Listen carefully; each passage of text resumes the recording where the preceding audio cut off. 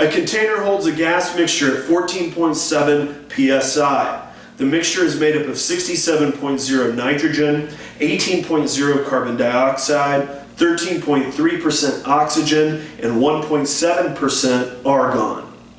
What is the pressure contribution of each gas? So let's draw this scenario and really picture what's going on.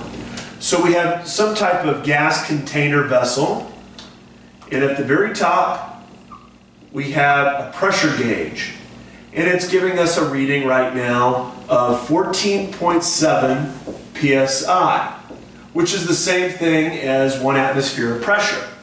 However, this is a gas mixture, right? What gases are inside of this thing? Well, the problem identifies, hey, there's nitrogen gas that's in there, there's actually carbon dioxide gas, there's oxygen gas, and there's even some argon gas.